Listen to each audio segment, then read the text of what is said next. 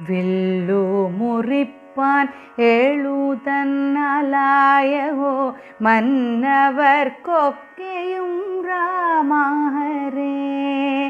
വില്ലു മുറിച്ചു വിദേഹകുമാരിയെ കല്യാണം ചെയ്ത ശ്രീരാമഹരേ. മാർഗം തടഞ്ഞൊരു ഭാർഗവരാമനെ നിർഗവനാക്കിയ രാമഹരേ. തമ്പിമാരോടും തരുണിയോടും കൂടി തൻപുരേ വാണൊരു രാമഹരേ. രാമ ഹരേ ജയ രാമ ഹരേ ജയ രാമ ഹരേ ജയ രാമ ഹരേ.